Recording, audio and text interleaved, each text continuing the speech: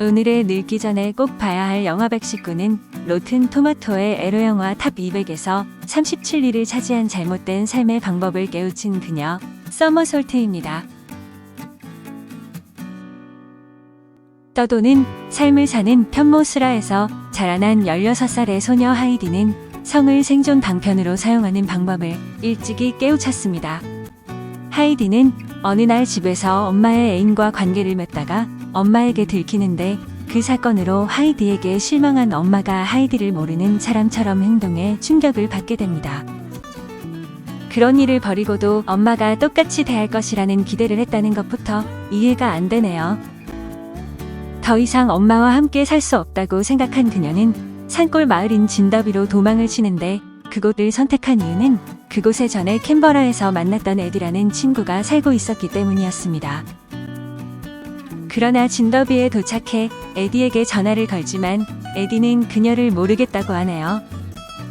살다 보면 이런 경우도 있는데 나는 친구라고 생각했던 상대가 친구가 아니었던 경우 말이에요. 갈 곳이 없었던 그녀는 진더비의 한 술집에 들어가 모르는 남자와 어울리고 결국 그 남자와 하룻밤을 보내게 됩니다. 하이디는 그와 함께 있고 싶어 하지만 그는 여자친구가 있었고 다음날 마을을 떠날 사람이었습니다. 몸을 무기로 유혹을 한 것인데 상대를 잘못 고른 것이죠. 하이디는 일거리를 구하려고 다니다가 한 상점에 들어가지만 그곳에서도 일거리가 없다고 거절을 당합니다. 그러나 배운 것이 그런 것밖에 없던 하이디는 주인 아저씨에게 유혹의 손길을 뻗쳐보지만 보기 좋게 거절을 당하고 맙니다.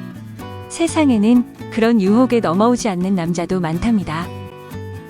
다시 술집으로 온 하이디는 그곳에서 그 지역의 부유한 농부인 조를 만나는데 모텔 방에 조와 함께 와서 그와 하룻밤 불장난을 치르게 됩니다. 가진 돈도 특별한 기술도 없는 하이디는 겨우 주유소에 딸린 편의점에서 일을 하게 됩니다.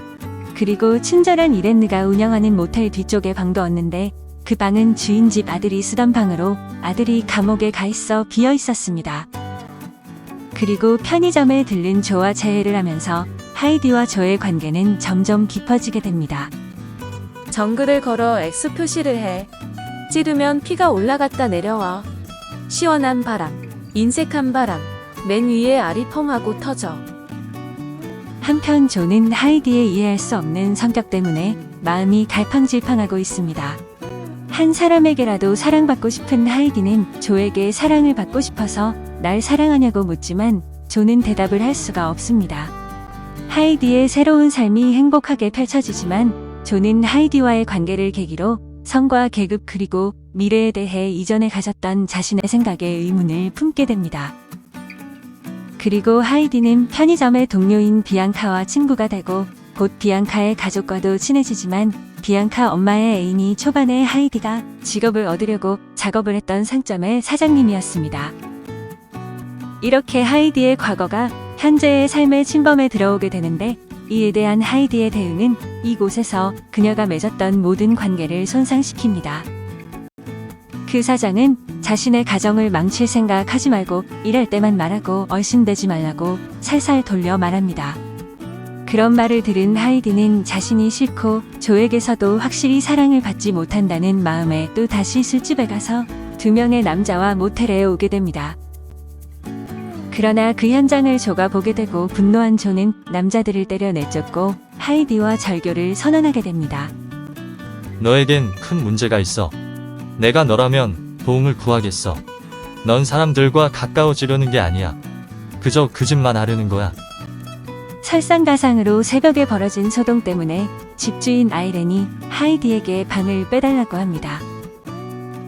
하지만 하이디는 모텔 주인인 이렌느에게서 용서가 주는 힘에 대해 배우고 조와 함께 이 시기를 극복하게 됩니다.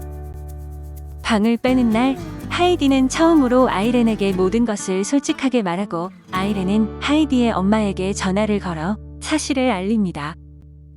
하이디와 조는 좀 더 성숙해진 자신들의 모습과 마주하게 되고 그들이 인생 그리고 관계에서 원하는 것이 무엇인지에 대한 깨달음을 얻게 됩니다. 그렇게 하이디의 가출 생활은 끝나고 전화를 받고 달려온 엄마와 집으로 돌아가는 것으로 영화는 끝이 납니다. 아찔한 10대. 서머솔트는 공중제비라는 뜻인데 한국에서 붙인 제목인 아찔한 10대가 사람들에게 쉽게 와닿기는 하겠지만 좀 한정적입니다. 이 영화는 2004년 호주영화협회상에서 무려 13개 분야에서 수상하며 큰 반향을 일으킨 작품입니다. 로버트 험프리스가 촬영한 이 영화는 핸드헬드 촬영 기법을 사용해 배우들의 움직임에 자연스럽게 접근하면서 카메라의 실험적인 전개를 시도한 작품입니다. 가출한 10대 소녀 하이디가 조라는 남성을 만나면서 전개되는 이야기로 서머솔트라는 단어에서 느껴지듯 아슬아슬한 고개를 하는 하이디의 삶의 모습이 보여집니다. 무튼 영화는 살얼음처럼 아슬아슬하고 위태롭고 아찔하고 공허한 10대 소녀의 공기를 잘 포착했는데 10대가 주인공이지만 과감한 성적 표현을 다루고 있습니다. 오스트레일리아의 수려한 겨울 풍광이 잘 어우러져 있는데 에바 코니 씨는 미성년자 역할을 했지만 당시 22살이었다고 합니다. 그럼 이 영화의 감독과 출연자를 마지막으로 알아보겠습니다. 감독인 케이트 쇼트랜드는 1968년 호주 뉴사우스 웨일스주 테무라에서 태어났는데 감독이자 작가로 롤의 서머솔, 조이가 대표작입니다. 여주인공인 에비 코니 씨는 호주의 여배우인데 2006년 캔디로 주목받아 할리우드에서 활동을 시작했고 한국에서는 로보캅의 히로인으로 유명한데 더스크라는 예명으로 래퍼로도 활동하고 있습니다. 남주인공인 샘 워딩턴은 호주 출신 영화 배우로 아바타의 제이크 설리 역으로 유명한데 19세 무렵 시드니에서 벽돌공으로 일하던 중 오디션을 통해 영화에 데뷔했고 모델 라라 빙글과 결혼해 자녀 2명을 두고 있습니다. 눈물이 마를 그날까지 내 전부를 내주고도 허물어지지 않을 거라 믿었던 그대에게 이제야 부끄러움을 고백합니다. 사랑하는 일만이 내 사랑의 전부가 아니었음을, 사랑받고 싶은 욕망 또한 내 사랑의 절반이었음을. 박성철, 눈물 편지.